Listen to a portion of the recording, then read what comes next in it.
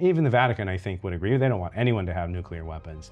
Right. The media loves to focus on the rhetoric of the debate. Behind the scenes, we're having more substantive conversations. Is it possible to still have a just war? I mean, it's an open question. I think being raised by the Holy See itself, I think mistake by saying the Pope needs to stay in his lane. There needs to be a better understanding of the complementarity between these two sovereigns and how they help each other to understand and better inform those judgments.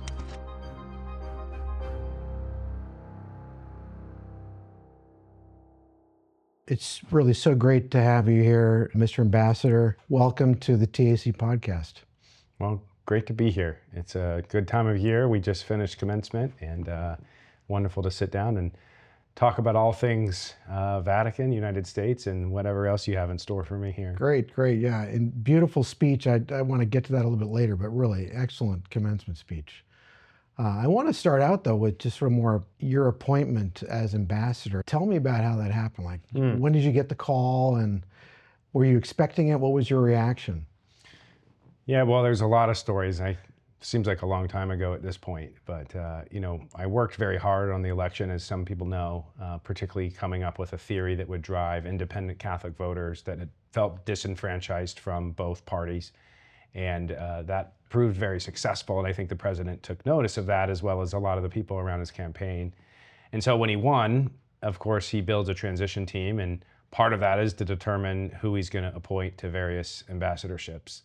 And to be honest, I didn't really think I had a serious shot at doing something there. And there was talk about other opportunities in the administration.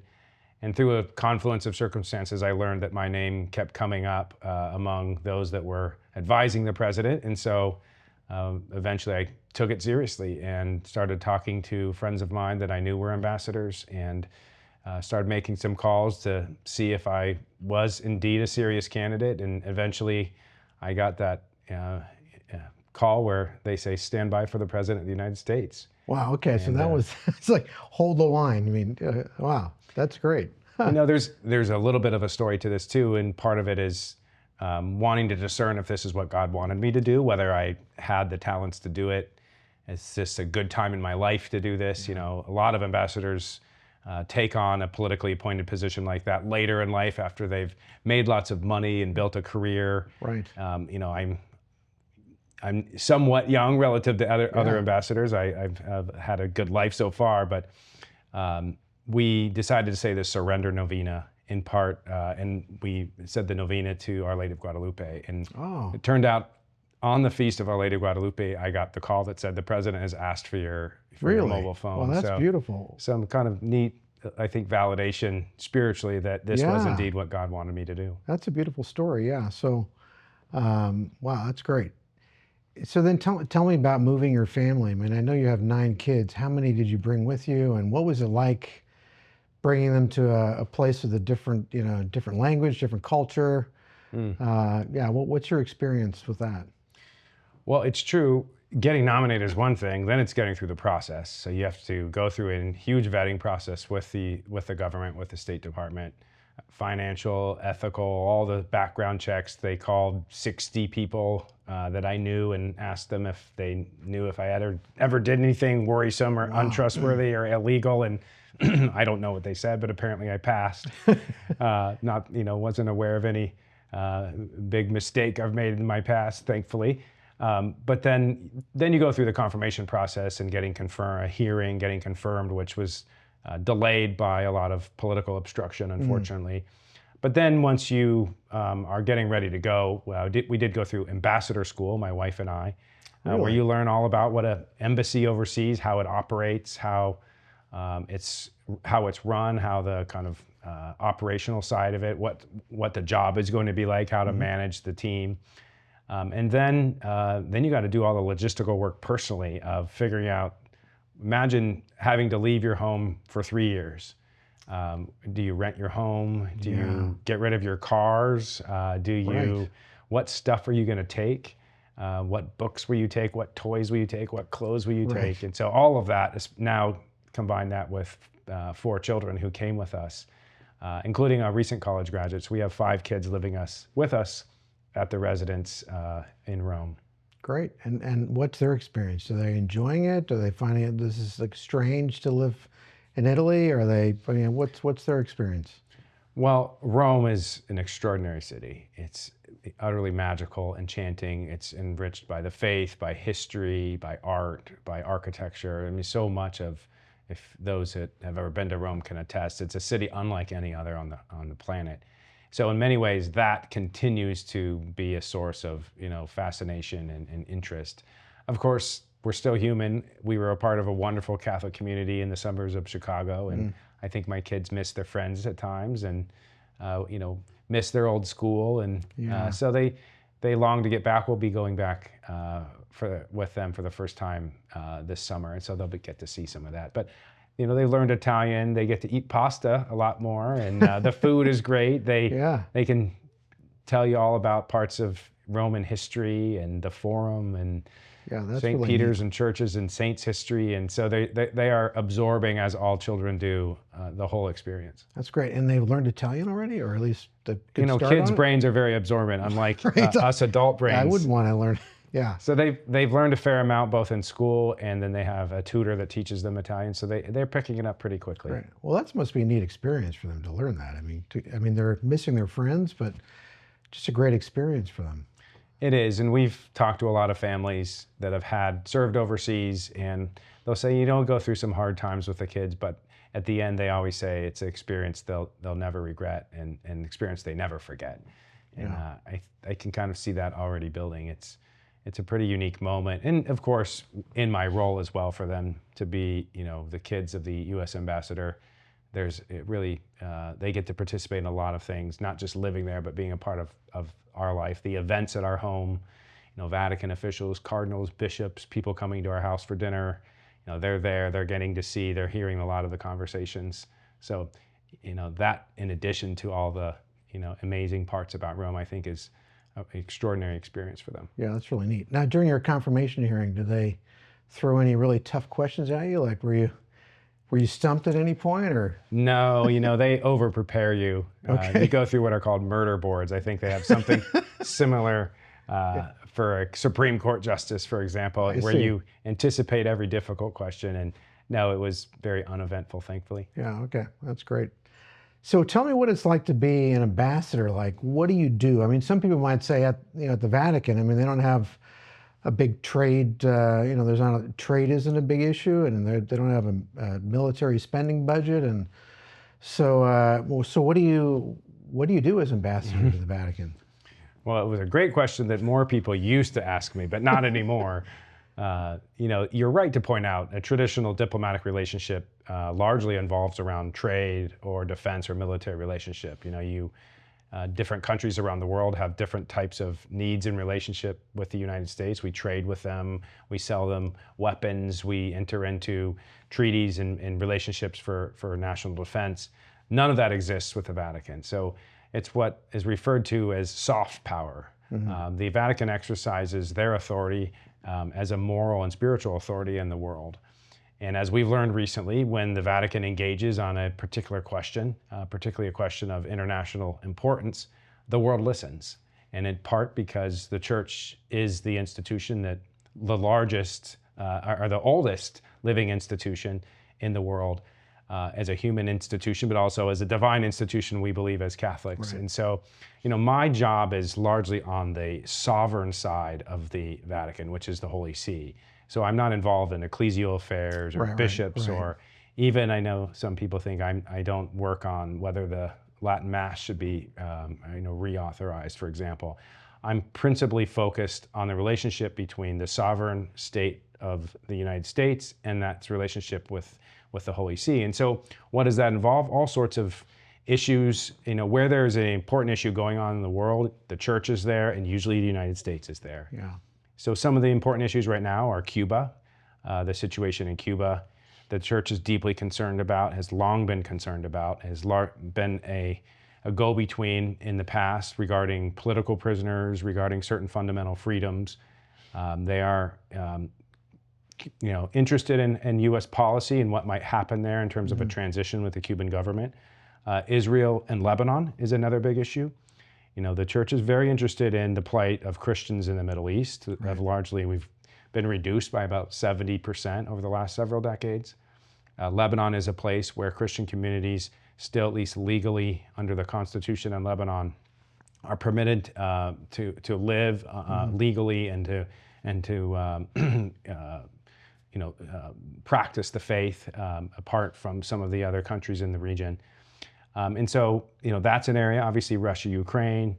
There's issues in Nigeria with the plight of Christians. Even this last night, we're recording this podcast, but overnight, the president authorized the Department of War to take out one of the leading ISIS terrorists who was helping lead attacks on Christians in Nigeria. So that's a particular key area. And then the issues, there's artificial intelligence, for example. There's a big encyclical that's rumored to be coming out soon.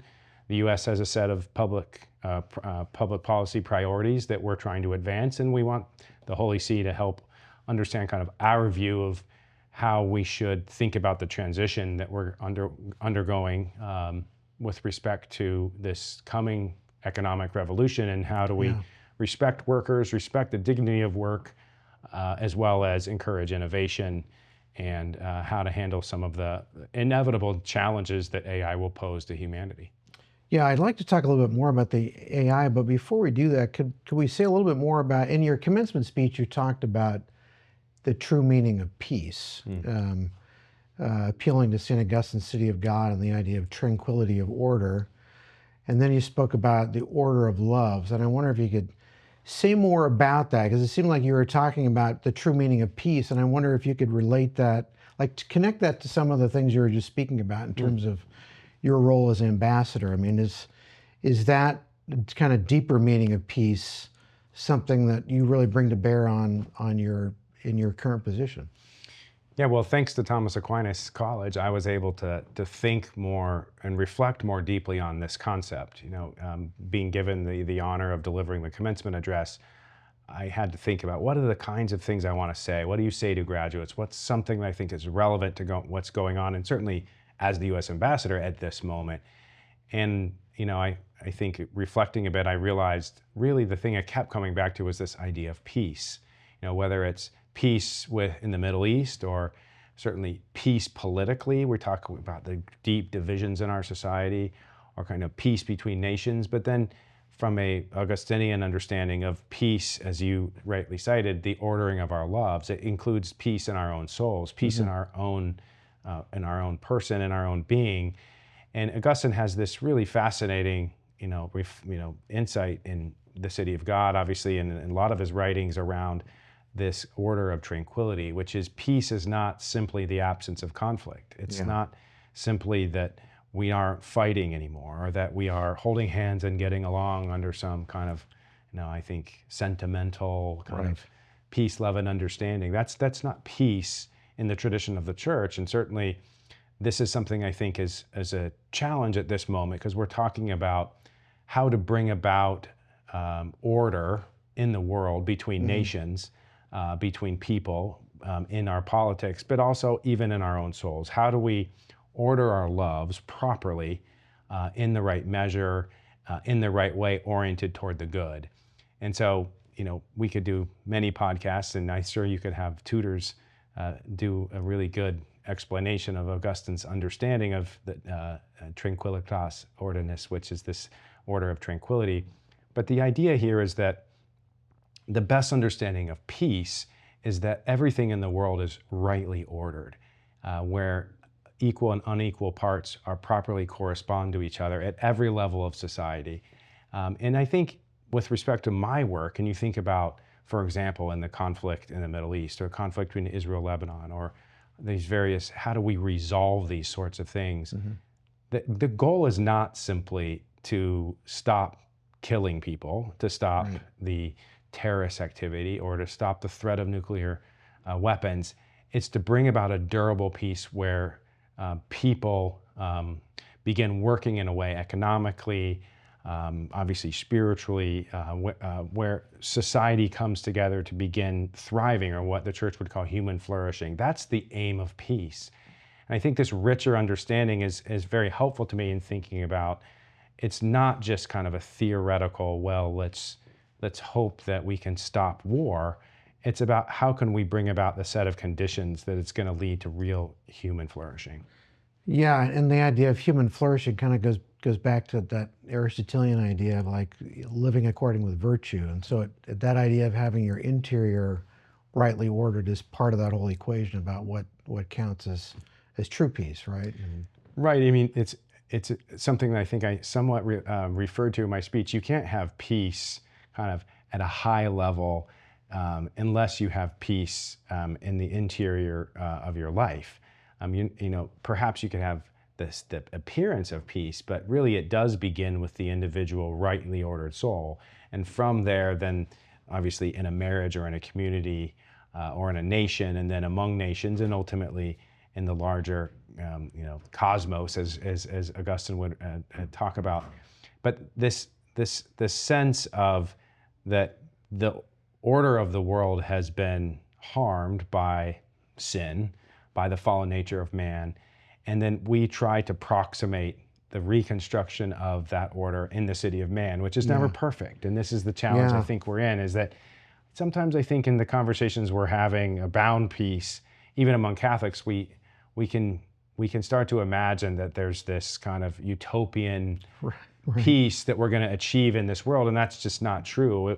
We need to work towards this, you know, order of tranquility, but understanding at all times that in the city of man, it will always be imperfect. And that we long, as Augustine said, for the city of God, and we're all on that pilgrim journey toward the moment where our hearts will no longer be restless. Yeah, no, that's a great point, because I mean, the idea of thinking about internal peace, rightly ordered loves, a naive take on that would be, as you say, a kind of utopia where everyone can just get along. There'll be no bad actors. There'll be no tyrants. Yes. But we live in a fallen world. And with the fallen world, you do need to also deal with war. And so a naive view of interior peace would think just peace and love, you know.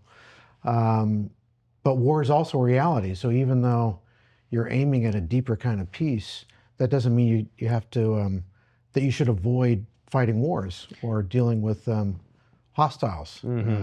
Or recognizing that there will be conflict. There's no prospect of this world of you know, on this side of the veil, of having kind of a you know, conflict-free world. I think sometimes, particularly when we talk about world peace, for example, or even the role of, say, multilateral institutions like the UN and others, there's sometimes a very idealistic sense that if we would only all get together and meet in New York at the Security Council and have a really good conversation, then we could really resolve all of the conflicts of the world. And there's something to this, and certainly the church, and I cited some of this in my commencement address, the church, going back to John the 23rd, have called for a more robust role for multilateral institutions, and they still do so today. I think we have to be realistic at the same time as recognize that these institutions have not always succeeded. They fail quite often, and that in some kind of one of my proposals in my speech is that there's another answer in addition, not exclusive of, but in addition, which is moral clarity and moral courage on the part of countries, especially the United States, that have the capacity economically and militarily to help bring about this order of tranquility. Again, imperfectly, but to exercise that leadership in the world through and checked by the moral witness and moral reflection of the Holy See. And I think we're seeing this right now. There's clearly a disagreement, but a dialogue between the United States and the Holy See around how to best resolve these conflicts, how to create the set of conditions that will lead to a more orderly and just world. And that moral conversation is one that I, as the ambassador, am privileged to be a part of. Well, tell me a little bit more about that, because it seems like there's the just war theory has come into like the public discussion. Tell me like your perspective on just war theory, and you know, on the one hand, there seems to be talk as if like that's not the Pope's sphere. Like he should stay in his lane. But on the other hand, you might say, well, there has to be a sphere where sovereigns have where they can exercise prudential judgment. So how do you put those two together? I mean, how would you? Is there a take on just war theory that allows for both of those to coexist? Well, that we could do another whole podcast on this. There's a lot to be said. I would say, first of all, we should be deeply grateful that we have a church that has thought for centuries, if not millennia, about these sorts of questions. We don't have to try to go figure it out for the first time right now. And also, it's important to point out, has thought in a way that is grounded in our common human reason. These are ethical principles that are universal. These are not some kind of theological special knowledge that the church proposes that it only applies to Catholic believers. This is why there is this kind of deference to and a lot of talk, I think, lately about the just war theory.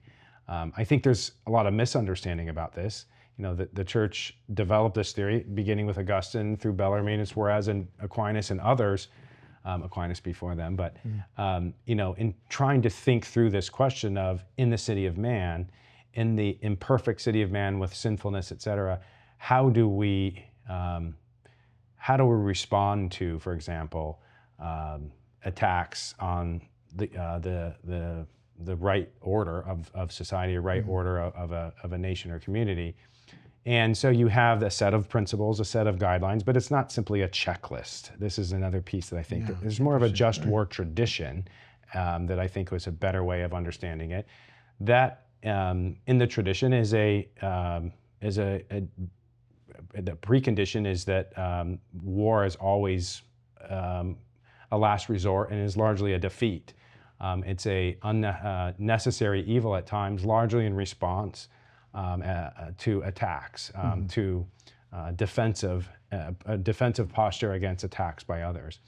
You know, you can get into this whole sort of question, and when you get into the, you know, last resort, the proportionality questions, the sort of good that you see, you can't commit evils that'll be greater than evil. You can't commit evils in order to bring about a good, and various sets of criteria. I think one of the more interesting questions that I think is being raised, and you had cardinals in the United States, for example, saying they don't believe the actions by the U.S. against Iran have met the just right war criteria. And then you have others in the Vatican saying, for example, in the modern age of modern weaponry, biological, chemical, and nuclear weapons, that is it possible to still have a just war? I mean, it's an open question, I think, being raised by the Holy See itself. And part of this is I think, unfortunate that we kind of get into the political back and forth and actually don't get to have a real substantive conversation. It seems to me that the Pope recently acknowledged that the Church has always upheld the right of nations to protect themselves. So if you are attacked, and I think the Holy Father just recently confirmed this, you have the right as a nation to respond. Whether or not the Iranian war is a response to an attack by Iran, I think there's a good case that can be made that we have been at war with Iran for a long time. They've been killing Americans. They've been funding terrorism around the Middle East and elsewhere, Hezbollah, Houthis, Hamas. They've been killing Americans in Iraq. They tried to shoot the president twice. It seems to me there's a fairly good case that they have been the aggressor, and that that country with nuclear weapons would be intolerable. Even the Vatican, I think, would agree. They don't want anyone to have nuclear weapons. Right. But the question then becomes that proportionality test. Is if the possibility of an escalation in a war includes biological, chemical, or nuclear weapons, can you ever use a military to try to combat that? It seems to me the answer is only yes, because how else to respond to a nation, particularly a extremist theocracy that's looking to acquire weapons of mass destruction that can be used against the United States and the world? So there's a lot of various questions. I think one of the things I tried to point out in my commencement address, and people, I mean, encourage you to go read the portion of the Catechism on the Just War. It lays it out beautifully. But a lot of these are prudential questions. And the Catechism is very clear that the decision about whether to go to war and to ultimately answer a lot of these criteria rests with the legitimate sovereign. In part because the legitimate sovereign has access to information, intelligence, to negotiations, to specifics, to threat that are not available to the general public or available even to the Holy See, for example. So they can respond, I think, as they have, and John Paul II did this in 2003, that war is never the answer. We need to do everything possible to avoid war. War is always terrible. It always involves, unfortunately, whether intended or not, the loss of life, and that we should do everything possible to avoid it. And I think this is what the Holy See has been doing. But at the end of the day, it seems to me in the tradition, it is ultimately the decision of the president, that he has to make that in the prudential wisdom of his office, and he has to make that call. And he made the call, and I know in the U.S. there's a disagreement politically over whether it was a wise choice, but with respect to, was it necessary? Is it just? Is it legitimate? I think it seems fairly clear to me that case can be made. Yeah, but is this right? I mean, so the Holy Father it's perfectly within his purview to talk about the principles of just war doctrine, but you're distinguishing between the prudential application of those, and that depends on knowing things that maybe everyone doesn't know, and and just making judgments that it's really his role to make. And I guess you would say maybe reasonable people can even disagree about a prudential judgment like that. Like there's not. Yeah, but assuming that the kind of moral criteria have been met, then I do think people can disagree about whether the use of force ultimately is required or not. I think that's a perfectly legitimate debate that deserves to be had. I think one of the things that you just pointed to, though, is important, which is there's been a bit of a, I think mistake by saying the Pope needs to stay in his lane and politics is here and the Pope's over here. Even some in the church have said, well, he's the vicar of Christ. He's not opining on as a politician, but he's not opining as a politician. He is opining as the vicar of Christ, and all that comes with that. But he is engaged in a question of public policy and world affairs and in global conflict. And he brings to bear all the office of the papacy and all that the Holy See brings to bear, which is an absolutely necessary and important piece. But let's not say the Pope should stay over here and that we will stay over here, that there needs to be a better understanding of the complementarity between these two sovereigns and how they, each operating in their own unique way in their spheres of authority, help each other to understand and better inform those judgments. Yeah, no, that's well said. Can you tell us about the recent visit by Secretary of State Marco Rubio? I mean, there's a lot of news about that, and of course that came on the heels of what looked like a kind of a, at least in the press, looked like a kind of dispute between the president and the Holy Father. And I wonder, tell us about that visit. I mean, is the impression you get in the news, is that accurate? Is there that hostility, and how did the visit go? Can you tell us about that? Sure.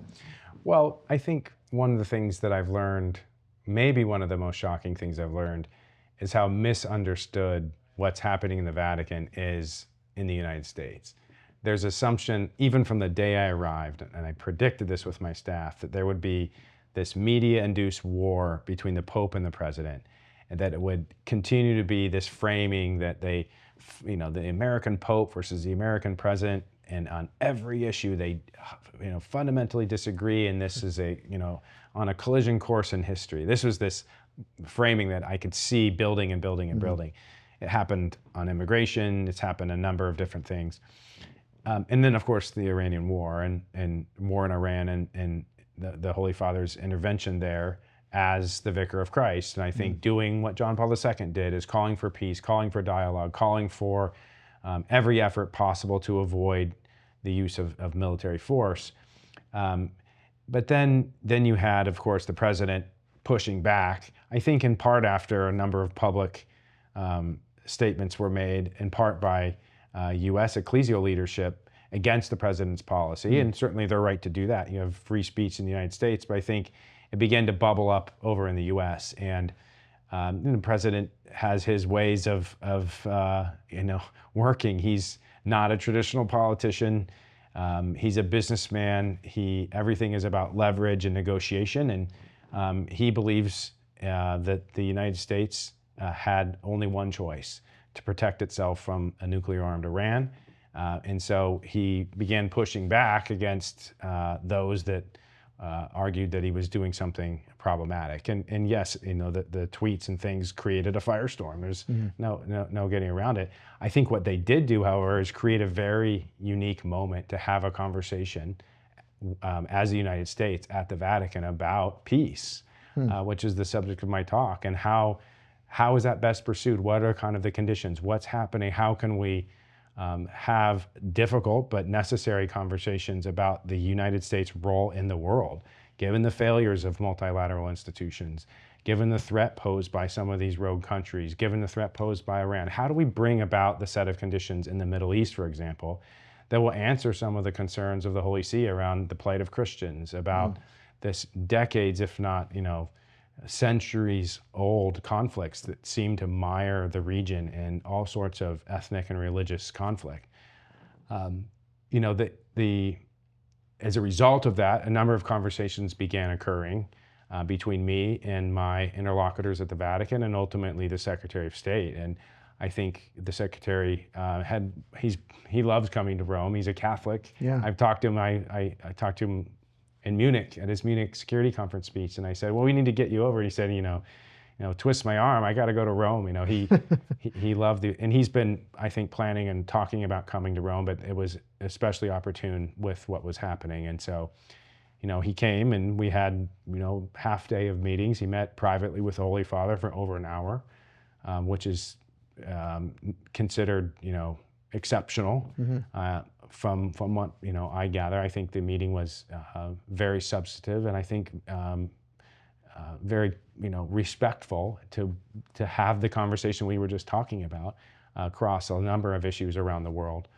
And then I was a part of some meetings as well with the Secretariat of State and the Foreign Minister at the Vatican, around U.S. policy, and we provided them updates on things, and we talked through, and they asked lots of questions. And of course, we want to see the Holy See exercise that soft power role in places like Cuba and Venezuela and the Middle East and elsewhere, where we think they can be helpful. And in general, I think the from the inside, my perspective, and yes, of course, I have a bit of a bias, but I think the visit was very well received at the Vatican. I thought it was very constructive. It was a very open, honest,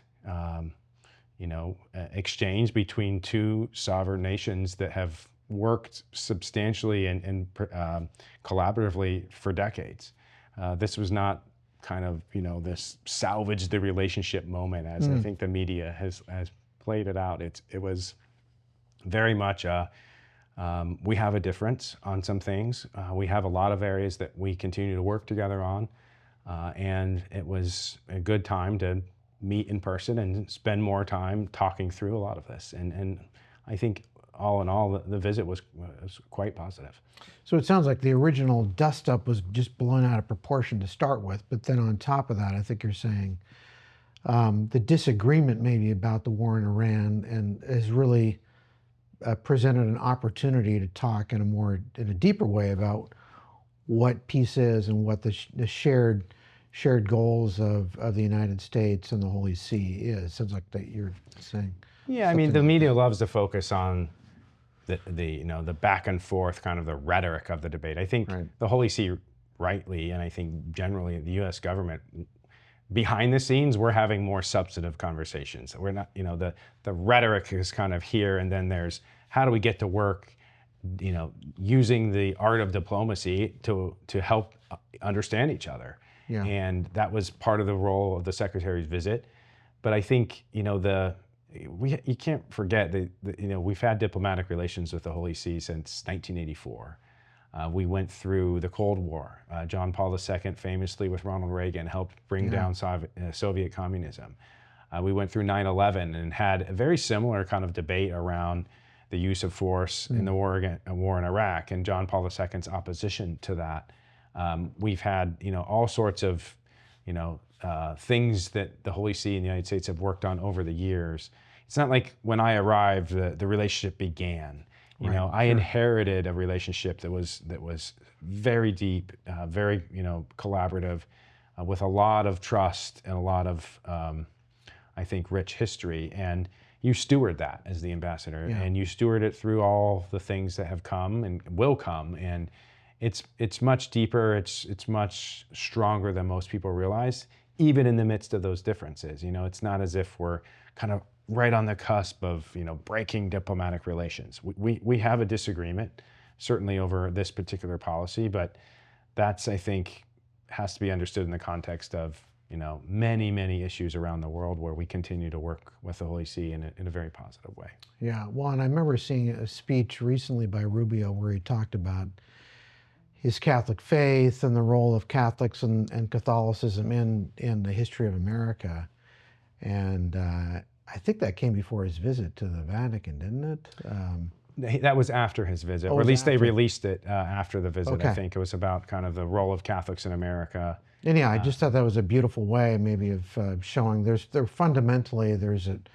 more we share in common. And I thought it was a great speech. Well, I know this is an important point as well, and it's something when you become an ambassador, you present what are called credentials to the sovereign, and so you arrive in Rome. I had a personal letter from the president that I presented to Pope Leo. It says, this is my designated ambassador. He represents the United States. He represents the administration. For issues related to our two countries, he will be my, he's my person, my guy. Mm-hmm. And so then I got to spend time directly with the Holy Father, and we spent 40 some minutes or so, which was much longer than they had scheduled. And one of the things I said to him is that I anticipate there will be disagreements. There inevitably, on some of the policy questions, there will be critiques of what we do. But I said, don't forget that this administration, up and down, is staffed with very serious, faithful Catholic people across the cabinet, the vice president, the secretary of state, the head of domestic policy. There's across this administration, they are serious Catholic people, practicing Catholics, faithful Catholics, who are not going to consult the catechism when they choose, a particular policy, but they're certainly going to use the faith, the social doctrine of the church, the great intellectual tradition of the church to think about the public policy of the country. And then they wrestle with this. I'm on the inside now, I can tell you.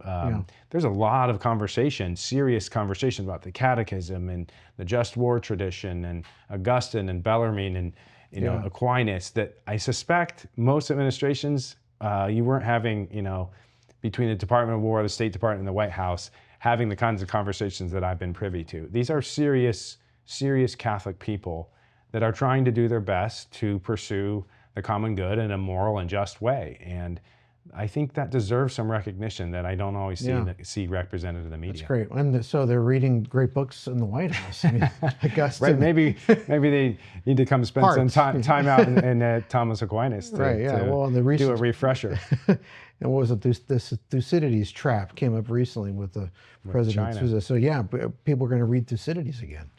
Well, certainly the President Xi seems to be reading it.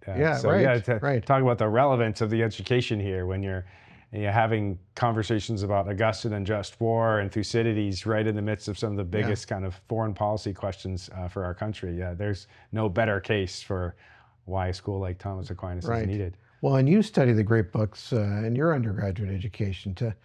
Tell me a little bit about that. Do you have a favorite book or a book that really had a big influence on you? I mean, you studied political philosophy. That was your major, right? Yeah, so I'm a graduate of the University of Dallas, and like TAC, we have a core program there. We do have majors, so there's a little bit more specialization, but I studied politics at UD, which is, as I like to say, not political science.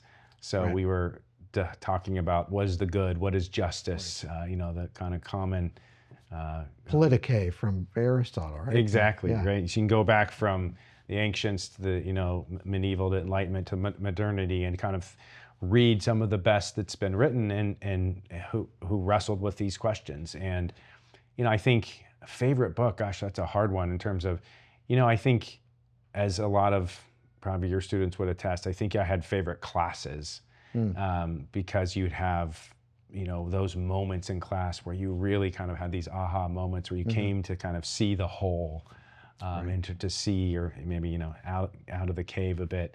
I think my class on the Republic was one of my more favorite ones. Oh, that's great. We had a really good class on Enlightenment, even on Rousseau, I remember. I didn't get into all this, but, to take seriously even those that you may disagree with or say may not think wholly consistent with the church as a way to think critically about things.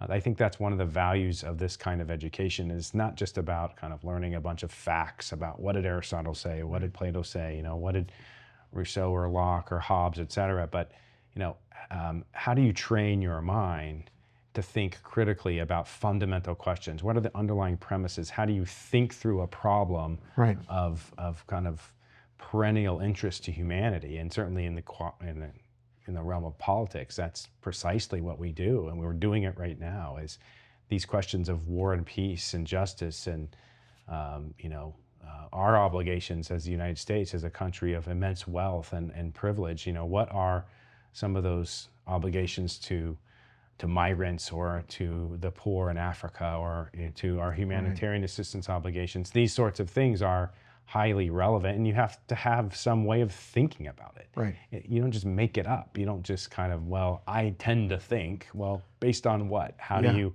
what are kind of the structure of arguing and thinking through? That's, I think, the benefit of this kind of education. Yeah, trying to resolve the principles, right? I mean, and ideally first principles. You need to go from experience and then try to resolve it by going to things that are first. Well, this is, something I think came up at the graduation here, is about, we're not training for a career, and yet you still make the case that the education you get in a liberal arts education is applicable to any career. Right. And so you make the case in kind of a paradoxical way that to learning to think well, to write well, to read, these are universal to every profession you're going to have, whether you're the ambassador to the Holy See, or whether you're a lawyer, a physician, any kind, a software engineer, and working out, building an AI product or something. There's a lot of really fundamental questions built into each of these professions that, if you don't have the benefit of the wisdom of, thousands of years of human kind of thinking through these sorts of, perennial questions, then you're gonna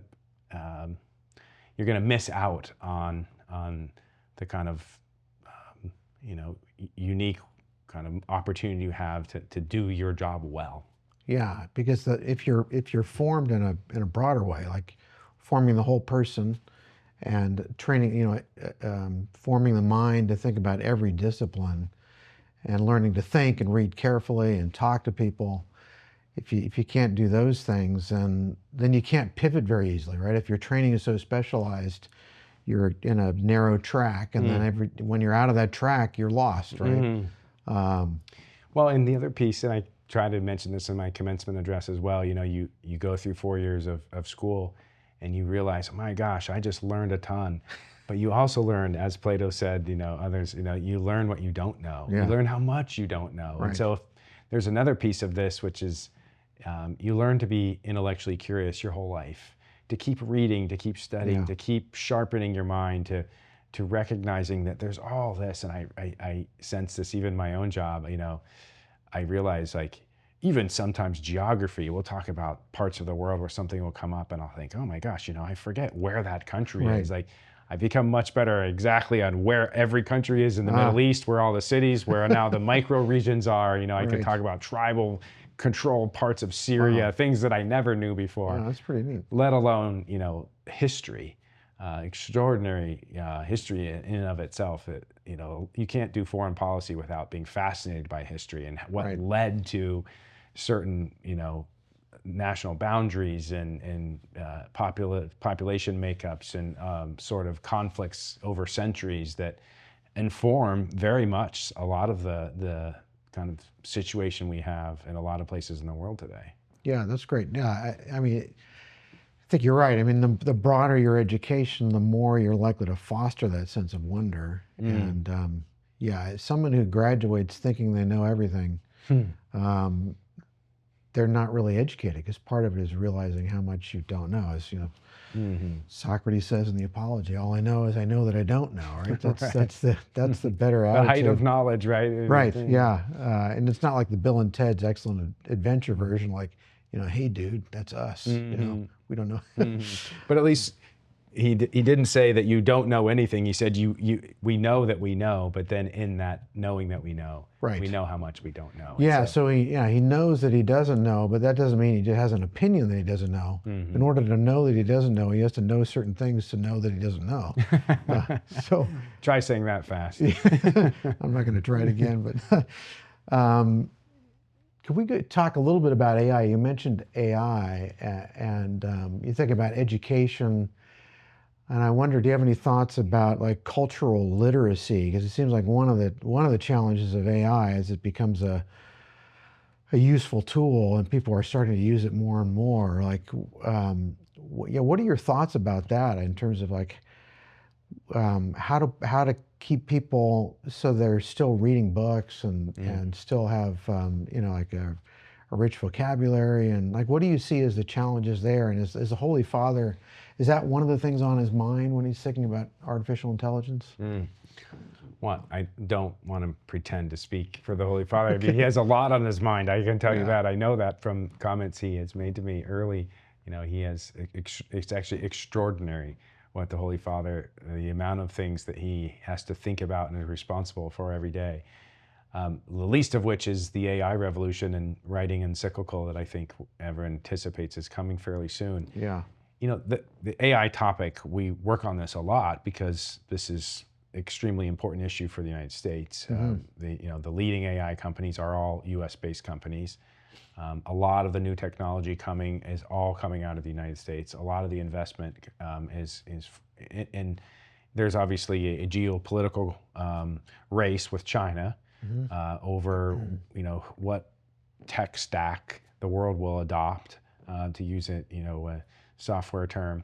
But there's obviously much deeper fundamental questions that I think the Holy See implicates how the Holy See thinks about this. You know, what sort of impact will this have on work, on the dignity of work, on workforces? You know, are we going to have, you know, massive layoffs and, you know, people losing their jobs everywhere? I think different kinds of questions that you seem to be alluding to, which is, what does this mean for how we will live together? What does it mean for learning, for books, for maybe, you know, I think of it as really a question of how will we spend our leisure? Yes. Which is, in some ways, I think the bigger question the AI revolution is asking, which is, what if you had more time? Would you use it well, or would you become more enslaved to AI? Right. You know, I think there's a huge promise of AI that combined with a lot of risk. The promise is obviously efficiencies and innovations that we can't even imagine, the kinds of things that are burdensome, that can be all automated. And I think by and large, I think it's hard to oppose some of it's tough to criticize. We should be welcoming a lot of the, you know, just like every economic transition, there's, you know, from the wheel to the, you know, telephone to the internet, et cetera, there's all sorts of ways in which that will improve the lives of humanity.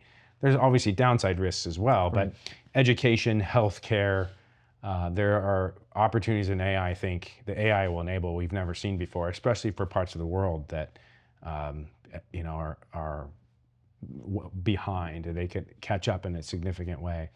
Obviously, all sorts of new risks, whether,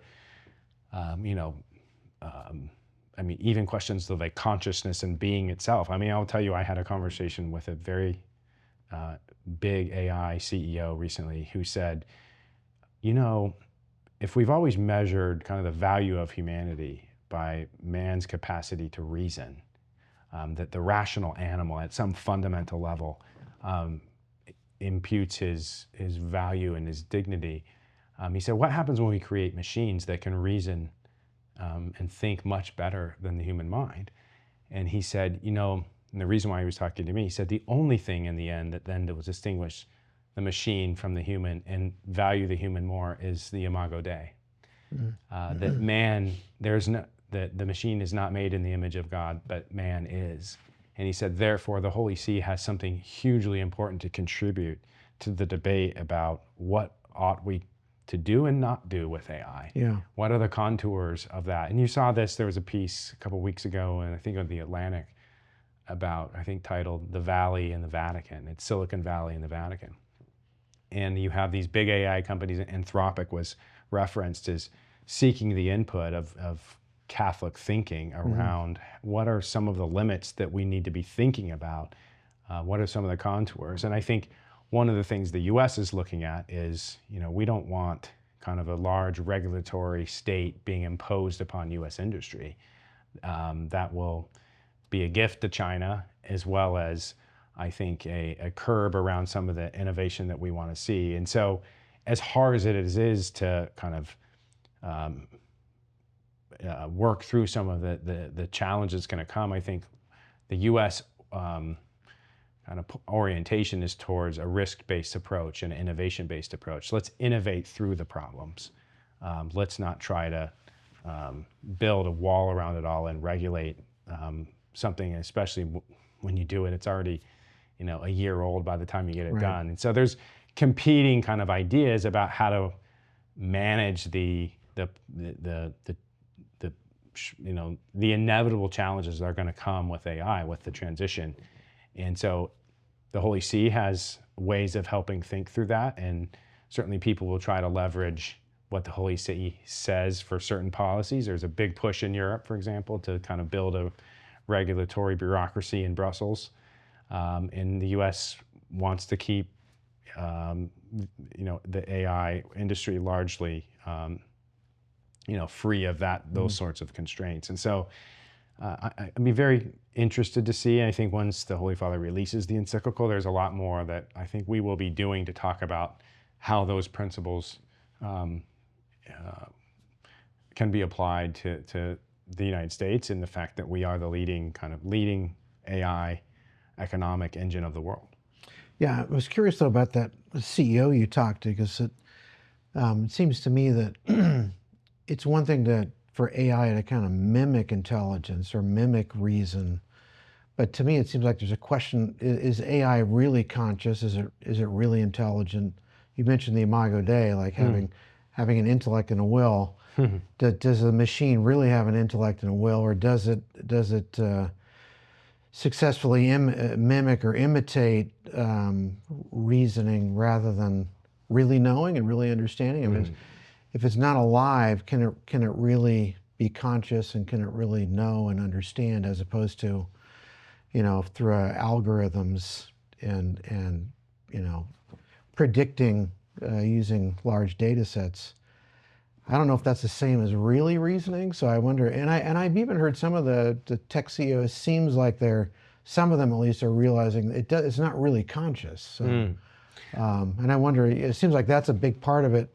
And maybe an opportunity with AI is to raise the question, what really does make us human? Yeah, I think that's where I kind of come back to. I feel inadequate to opine kind of authoritatively on AI and what it exactly means. I think it's still emerging in so many ways. I mean, I think we barely even understand exactly what its potential is. We know we're rightfully, I think, cautious, but also recognize, like most economic transitions, economic revolutions, there's often a lot of extraordinary benefits that are on the other side of it. Yeah. You got to get through that and then try to figure out how do you manage its defects. Right. I'm not so sure that the AI revolution is so revolutionary that it's not going to in many ways mimic a lot of the economic transitions of the past. That will pose certain fundamental challenges that we will need to address. Obviously a lot of that burden and responsibility is on the companies themselves that, at some fundamental level, the state need not intervene unless the private actors fail to act in a way, responsive way themselves. And at least historically, a lot of the best ways that we encouraged responsible economic reactions was, encouraging corporate leadership, encouraging industry to practice virtue. They're not perfect. There's greed and all sorts of factors and then the question is, how do you build cooperative agreements to try to manage those risks? And I think before we jump immediately to some sort of, we need some new bureaucracy to regulate AI for the world, maybe we should be focusing on that interior disposition of individuals responsible for this technology. Yeah, no, and I think I agree with that. I mean, regulation. I was more just thinking of the more philosophic question: does it really know or understand? I mean, even if it doesn't know or understand, it still seems like it's an incredible tool. We still don't even know how it's going to affect the job market, how it's going to change, human culture. Some ways seem like you're going to be positive, other ways seem like they'll be negative. It's just a lot of questions at this point. I think this is where you, at least for me, kind of use the Catholic insights and tradition to at least speculate, right? We know a machine is not a human person, that there's something unique, that image and likeness of God that we are all created. What is that? How does that manifest itself? Trying to measure that scientifically is not necessarily the proper way to do that. There's something fundamental to our being, right, that's invaluable, that's unique, that no machine will ever be. And so, you set that as, one of the premises, and then the question is, what is this machine that seems to approximate human knowledge, that sometimes seems to work faster or produce things that that's the human brain isn't capable of, or at least at a pace for now. Sure. But I think we were speaking about this a little bit before. The idea, though, is it's still a set of truths that we measure what a machine will do that are universal. It's not as if it creates its own reality, its own set of kind of moral universe that it operates in. The machine, for whatever good, whatever process output, et cetera, it's still going to be measured by something that's, governs all created things. Yeah. And so, I think I find myself less kind of scared by AI. There's what do they call the AI gloom and doomers and boomers or something. I forget what the term is, but I'm very much on the side of, let's see where this goes. I think there's a lot of good that can come of it. There's a lot of real benefits to humanity, understanding that, like everything, we should educate ourselves well enough to, I think, be careful. It's things like children and phones and content on phones or use of social media, all this sort of things. These sorts of questions didn't start because AI was here. Right. AI is, I think, quickening the pace, but they're still, these are fundamental questions of humanity that will continue to be asked and help us to think through what's coming. Yeah, for sure. Yeah, I mean, this summer we're going to have a conference on AI to just try to think through these big questions. Is AI intelligent? Is it conscious?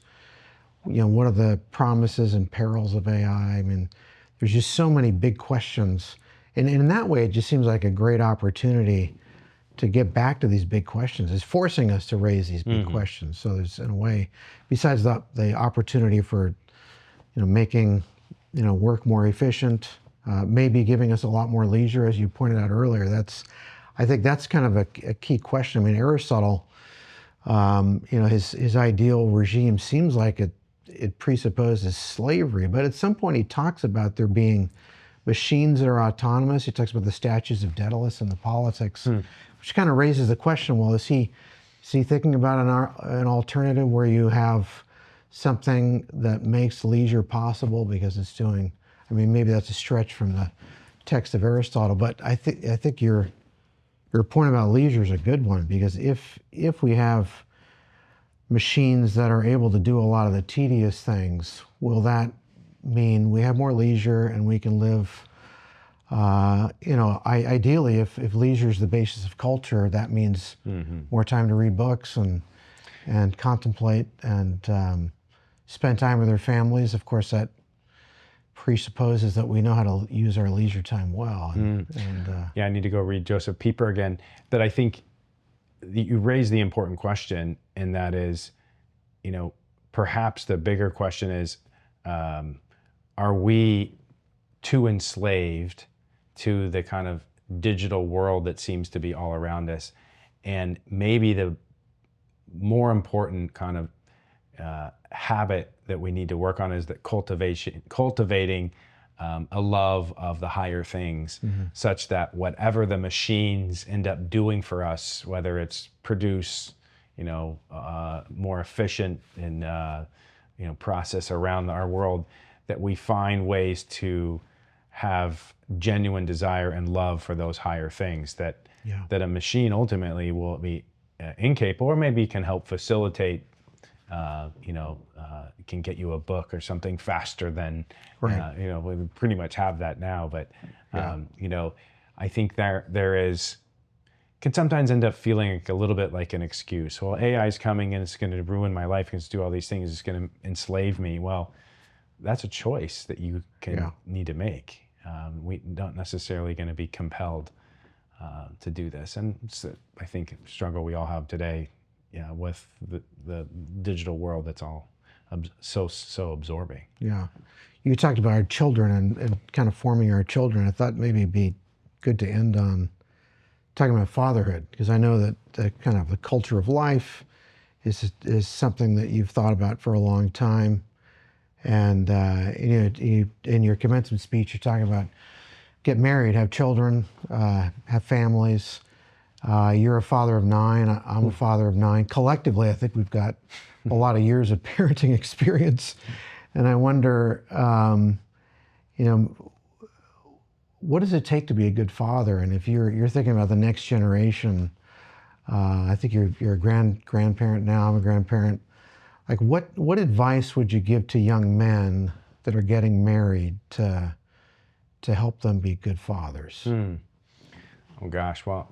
It's a big question.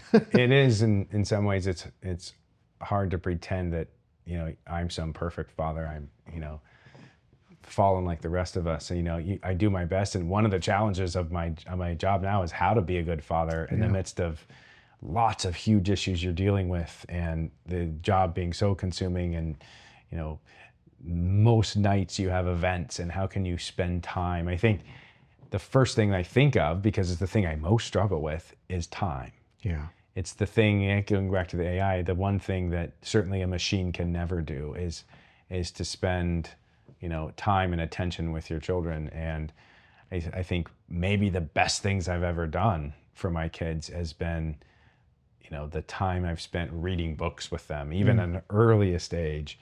And I do my best now, I'll be imperfectly, I think it's not just the enchantment of the story, but it's their recognition that their father cares enough to spend time just with them, doing nothing else.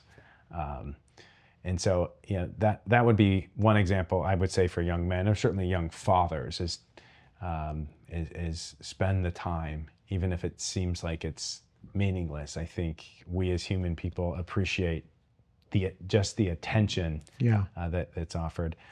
The other thing that comes to mind is today in commencement, it began with a mass, and the mass by Father Luke Mata was beautiful. And the choir was beautiful. The church here is just extraordinary. really, lifts your whole being to the divine. But he told a story in his homily, you heard it, about his own father. Right.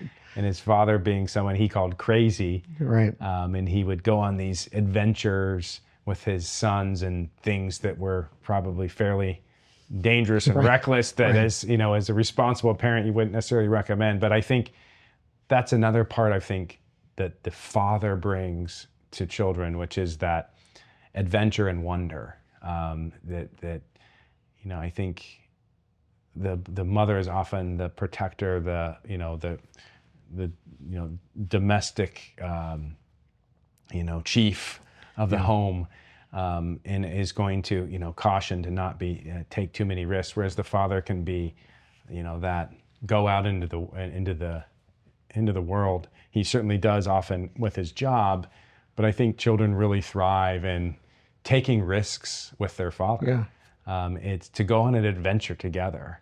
It doesn't have to be, as Father Luke's homily, try to swim to some island that was almost drowned, right? Exactly. But it's certainly that, I think the bigger answer to this is, what is it that's unique about the nature of men that can't be substituted by something else that we can give to our children? And I think that kind of strong protector, adventure and wonder that I think men's nature is disposed to.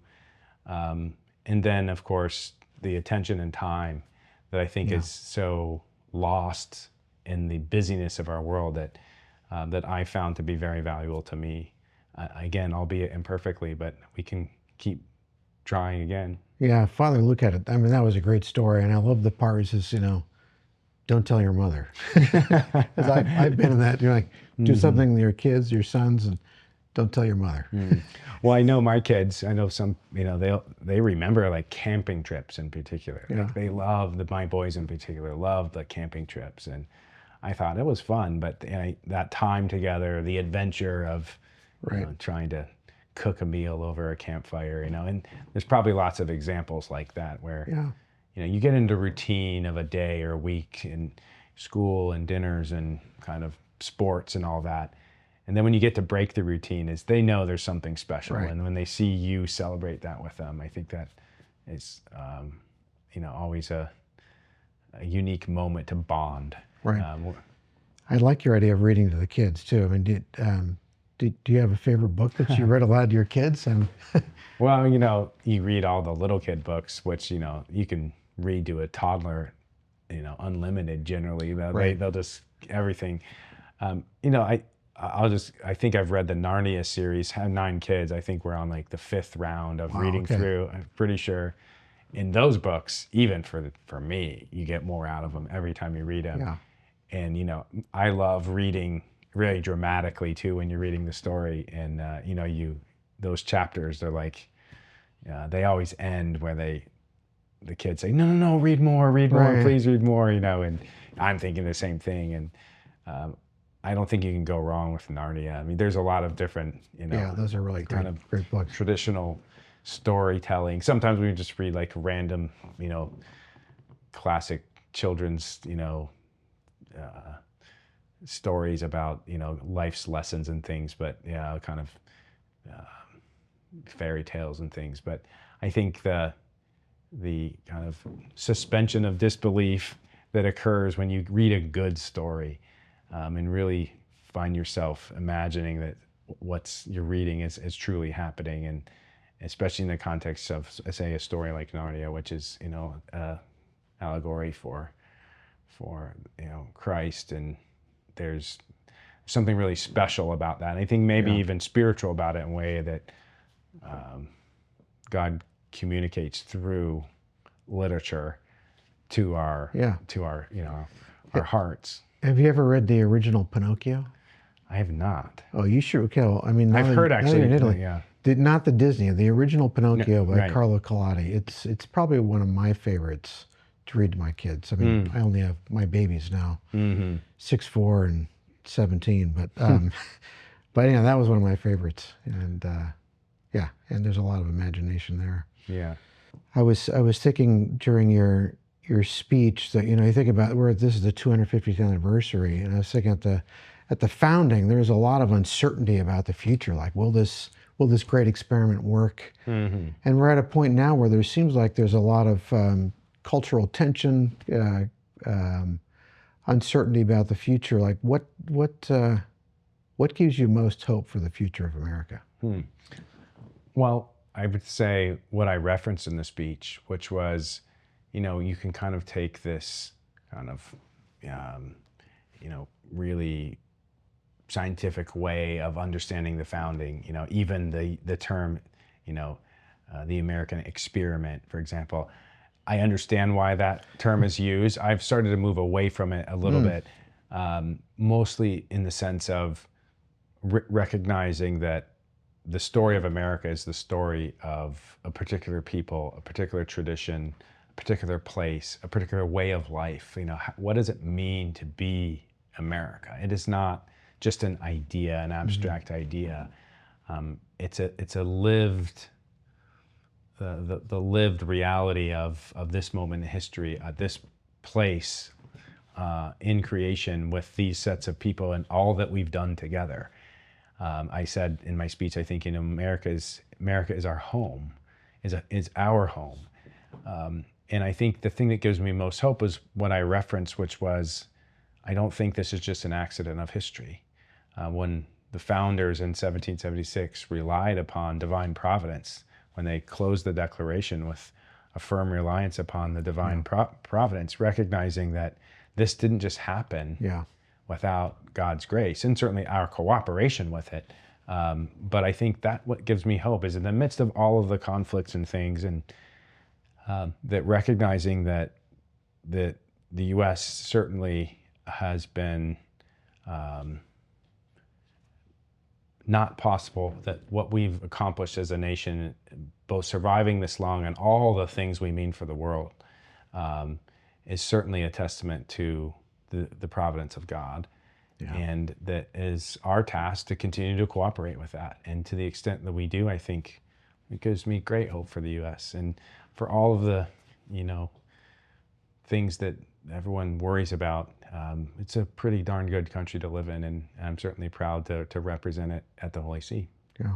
Well, thanks for your service to our country, and thank you for joining us on the podcast and giving us a great commencement speech. Well, thank you. Honored to be here. Thank you so much for what you do. Yeah. Thanks, Brian.